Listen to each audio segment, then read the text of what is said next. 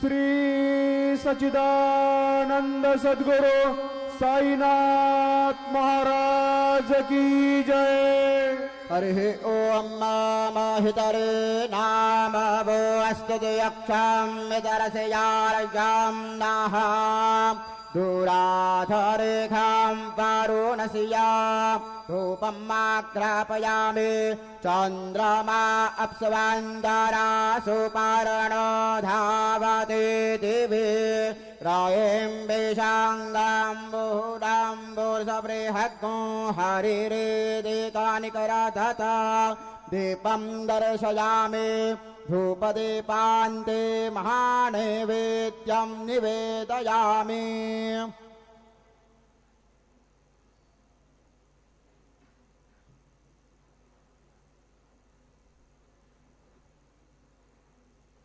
अन्नपतेन्नसियानो देशानामि वसिया सुखमीनाः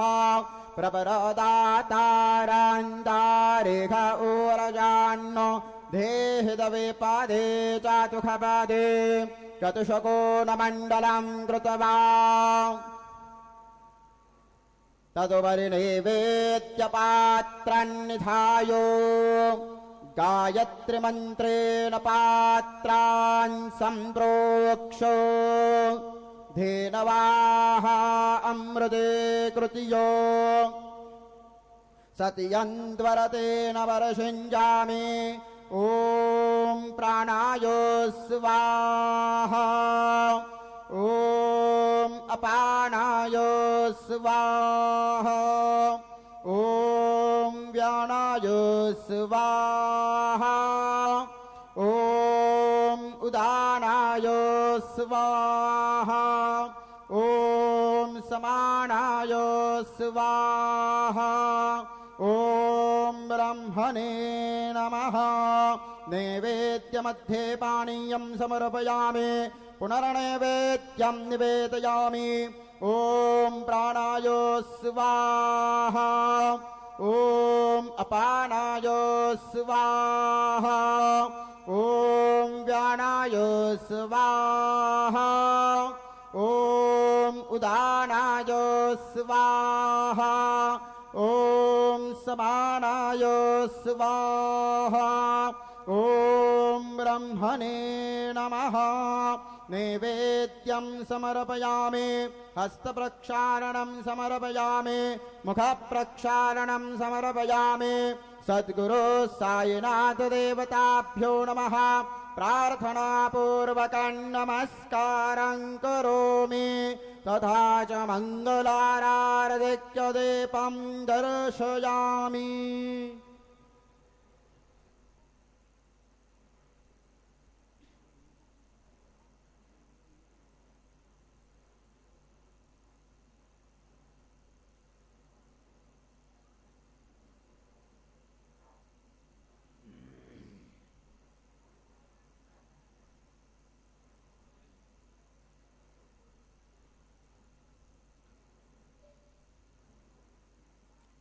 आता माध्यान्ह आरती सुरू होत आहे। सर्वांनी एका सुरात आरती म्हणावी। अब माध्यान्ह आरती शुरू हो रही है। आप सब एक सुर में आरती गाइए। श्री सच्चिदानंद सद्गुरु साईनाथ महाराज की जय। देवों पंचारती करो बाबां से आरती करो साईं से आरती करो बाबां से आरती। उठाओ बांधव उवाळो हर माधव साई माधव उवाळो हर माधव करुणिया स्थिर मन बाहु गंभीर हे ध्यान साईंचे हे ध्यान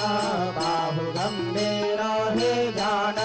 कृष्णनाथ दत्त साई चढो चित्त तुझे पाये चित्त बाबा पाये चढो चित्त तुझे पाये। आरती साई बाबा सौख्यदातार देवा चरणार जातले द्यावा दासा विसावा भक्ता विसावा आरती साई बाबा जाळूनी आनंद सस्वरूपी राहे रंग मोक्ष जनादावे निज डोळा श्रीरंग डोळा श्रीरंग आरती साई बाबा कया मने जैसा भाव कया तैसा अनुभव दाविसे गया घडा ऐसे तुझे हे माव तुझे हे माव आरती साई बाबा तुमाचे नाम ध्याता हरे संस्कृती व्यथा राजतव करणे मार्ग दाविसे अनाथा दाविसे अनाथा आरती साई बाबा कलियुगे अवतार सगुण परब्रह्म साचार अवतीर्ण झाला से स्वामी दत्त दिगंबर दत्त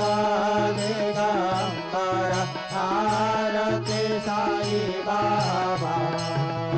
पाटा दिवसा गुरुवारे भक्त करे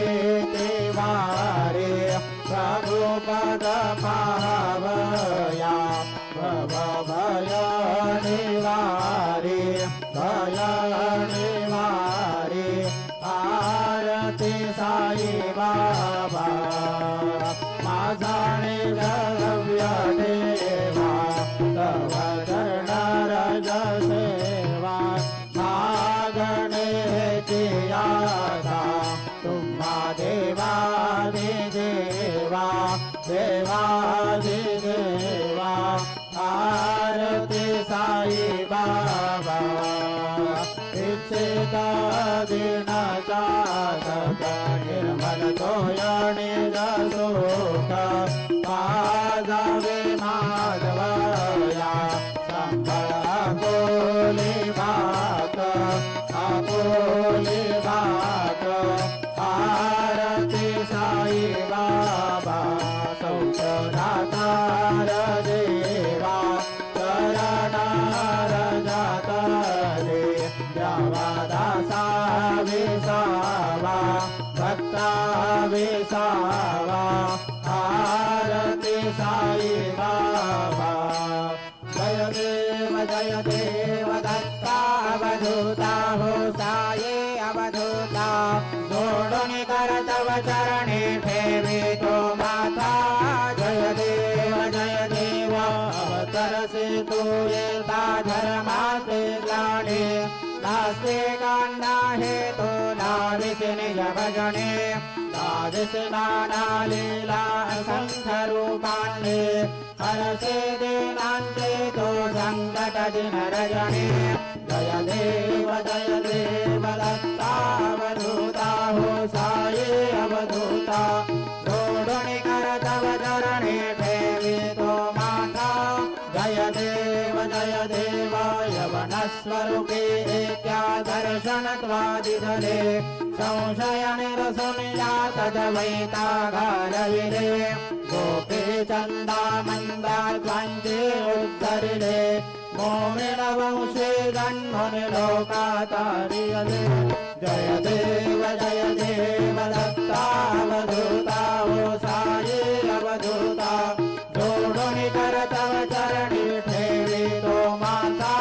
जय देव वेदन तत्वे हिंदू यवनांचा काही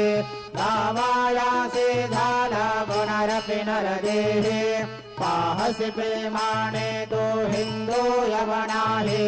दाविसे आत्मत्वाने व्यापक साये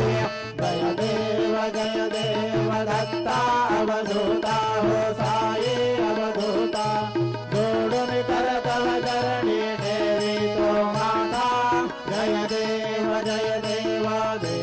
साईनाथ त्वत्पदनत भावे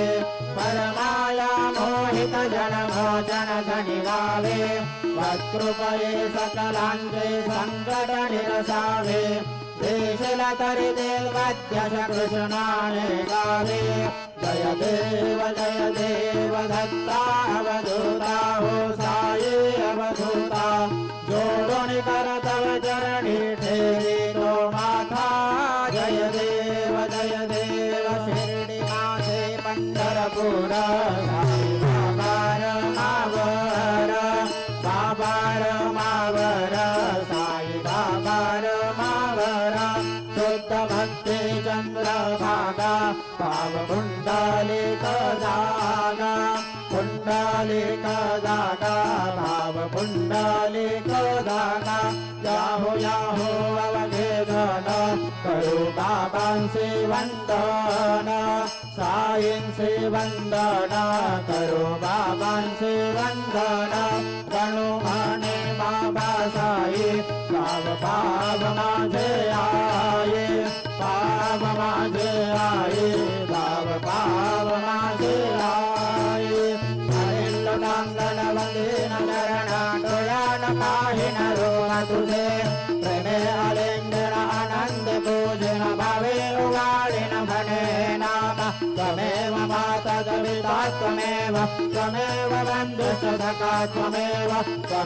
विद्या द्रविणं त्वमेव सर्वं मम देव कायेन वाचा मनसेन्द्रियैर्वा बुद्ध्यात्मना वा प्रकृति स्वभाव करोमि यद्यत् सकलं परस्मै नारायणायति समर्पयामि सततं विश्वं रमणारायणं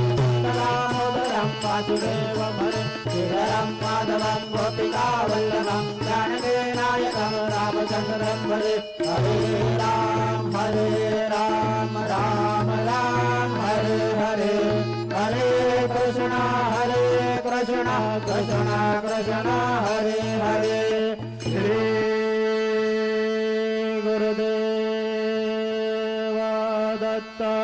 हरि ओम यज्ञेन यज्ञमयं ददेवास्तानि धर्माणि प्रथमान्यासन्न ते हणागं महिमानस्य चन्द्रयत्र पूर्वे साध्या सन्ति देवाः ॐ राजाधिराजाय प्रसय्यसाहिने नमो वयं वै श्रवणाय गुरमहे समे कामान कामकामाय मह्यं कामेश्वरो वै श्रवणो दधातु कुबेराज वै श्रवणाय महाराजाय नमः ॐ स्वस्ति साम्राज्यं भोज्यं स्वराज्यं वैराज्यं पारमेष्ठ्यं राज्यं महाराज्यमाधिपत्यमयं समन्तपर्याय ईशा सार्वभौमः सर्वायुषान्तादापरार्धात् पृथिव्यै समुद्रपर्यन्ताय एकराळितदप्तेश श्लोकोऽभिगीतो मरुतः परवेष्टारो मरुतस्यावसङ्गृहे आवीक्षितस्य कामप्रेर्विश्वे देवास्वासदैति श्रीनारायण वासुदेवाय सच्चिदानन्द सद्गुरु साईनाथ महाराज के जय। अनन्तातुलाते कसेरेस्तवावे अनन्तातुलाते कसेरे नमावे अनन्तमुखान्दाशिणे शेषदाता नमस्कार साष्टाङ्गशेषायिनाथ स्मरावे मणित्वात्पदानित्यभावे पुरावे तरे भक्तिसाठे स्वभावे करावे जगातारुणे मायताता नमस्कार साष्टांग श्री साईनाथा वसे जो सदा दावया सांगलेला विसेराज्ञ लोकान् करे जो जनाला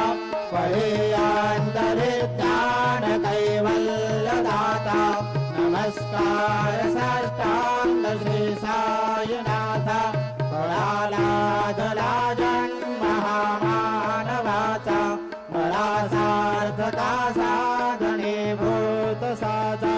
दरुसाई प्रेमा गळाया अहंता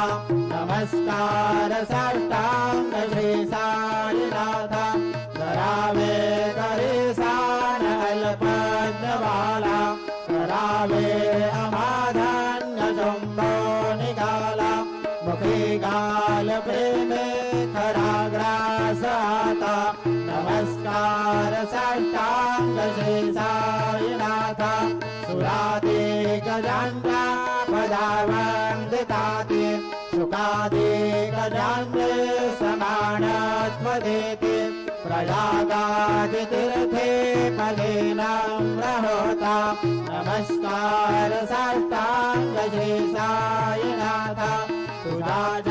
पदा पाहता गोपवाले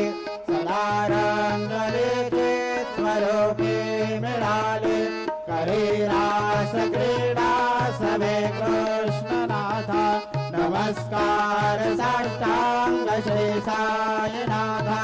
तुला मागतो मागणे एक झाले सदा जोडितो दीन अत्यंत भावे मोहने राजहातारे आता नमस्कार साष्टांग श्री साईनाथा साये दासाये दिगंबरा अक्षय रूप अवतार सर्व व्यापक तो श्रुति सारा अनुसया त्रिकुमारा बाबा रेगा आशे स्नान जप प्रतिदिवसे कोल्हापुर वेक्षेसे निर्मल नदी तुंगा जलप्राशे निद्रा बाहुर देशे ऐसा रेगा थोडे लोमत सेवा मकरे त्रिशूल डमरू धारे भक्ता वरद सदा सुखकारे देशिल मुक्ति चारे ऐसा येगा आये पादुका जपमाला कमंडलो मृगछाला धारण कर सेवा नाग जटा मुकुट शोभतो माता ऐसा येगा अस्कर तुझाया जे जाने अक्षय त्यांचे सदनी लक्ष्मी वास करे विनरजने राक्षसी संकट वारुणी ऐसा येमा यावरे ध्यान तुझे गुरुराया दुष्ट करे नयनाया पूर्णानंद सुखे एकाया लाविसे हरि गुण गाया ऐसा ये दासाई दिगंबरा अक्षय रूप अवतारा सर्व व्यापक तो श्रुति सारा अनुसया त्रिकुमारा बाबा ये सदा सत्स्वरूपं चिदानन्दकन्दं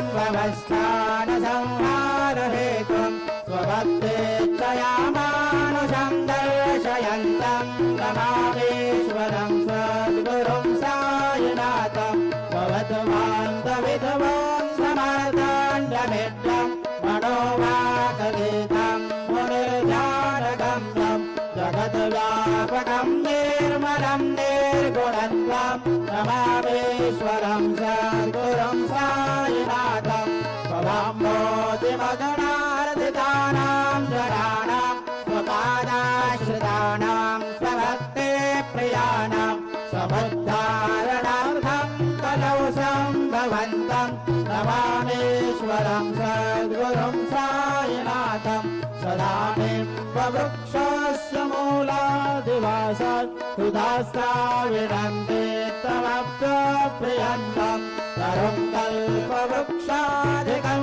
साधयन्तं नमामीश्वरं सद्गुरुं साईनाथं सदा कल्पवृक्षस्य तस्यादिमूले भवद्भाववदया सपर्यादिसेवां ऋणां कुर्वतां भुक्तिमुक्तिप्रदन्तं नमामीश्वरं सद्गुरुं साईनाथम् अनेकाश्रुतादर्कलीलाविलासे समावेष्कृतेशानभास्वत्प्रभावम् अहं भावहीनं प्रसन्नात्मभावं नमामीश्वरं सद्गुरुं साईनाथं सदां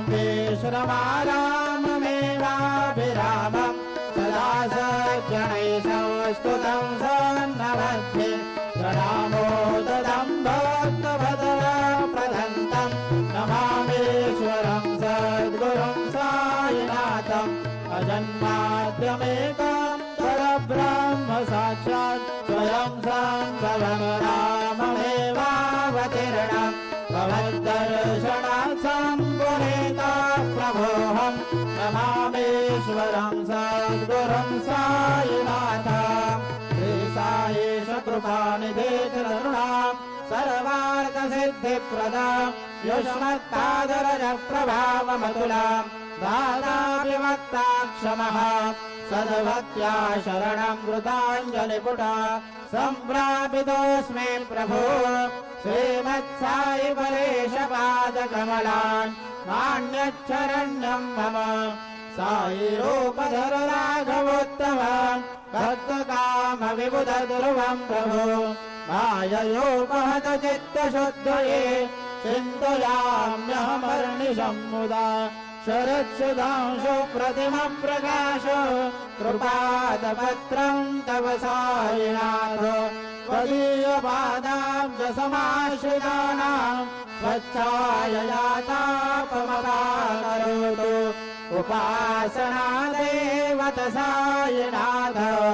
स्तवैर्मयोपासनिना सुतस्त्वं रमेर्मनोन्मे तव पादयुगमे भृङ्गो यदाब्जे मकरन्दलुब्धः अनेकजन्मार्जितपापसंशयो भवेत्तव पादसरोजदर्शनात् क्षमस्व सर्वान् अपराधभञ्जकान् प्रसीद साई सद्गुरो दयानिधे श्री साईनाथ करुणामृतभूतचित्तास्तत्पादसेवनरता सततं संसारजन्यदुरितो धवनीर्गतास्ते कैवल्यधाम परमं समवाप्नुवन्ति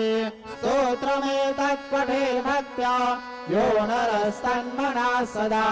सद्गुरु साईनाथस्य कृपापात्रं भवेत् ध्रुवं करचरणकृतं वा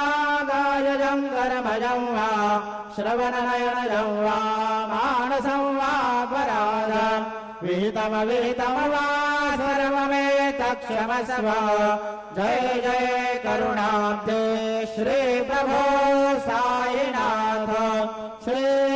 सच्चिदानंद सद्गुरु साईनाथ महाराज के जय।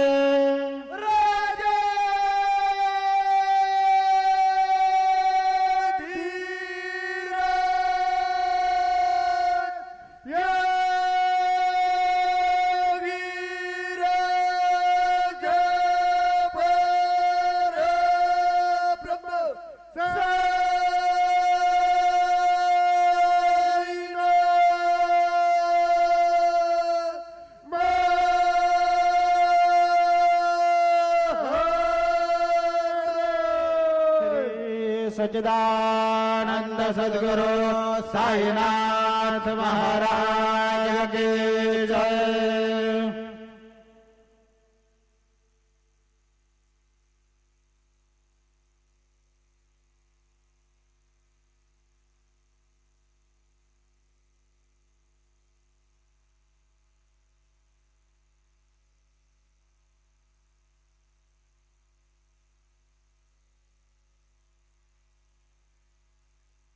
ओम साईराम.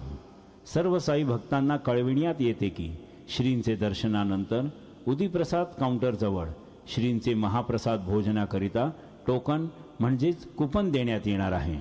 तरी सर्व श्री साई भक्तांनी सदर टोकन किंवा कुपन घेऊनच श्रींचे महाप्रसाद भोजनाकरिता श्री साई प्रसादालयात जाण्याचे करावे ही नम्र विनंती. ओम साई राम.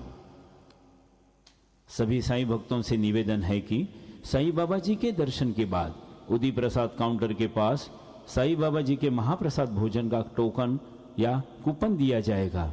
सभी साई भक्तों से निवेदन है कि यह टोकन लेकर ही श्री साई बाबा के महाप्रसाद भोजन के लिए श्री साई प्रसादालय में जाने की कृपा करें. ओम साई राम.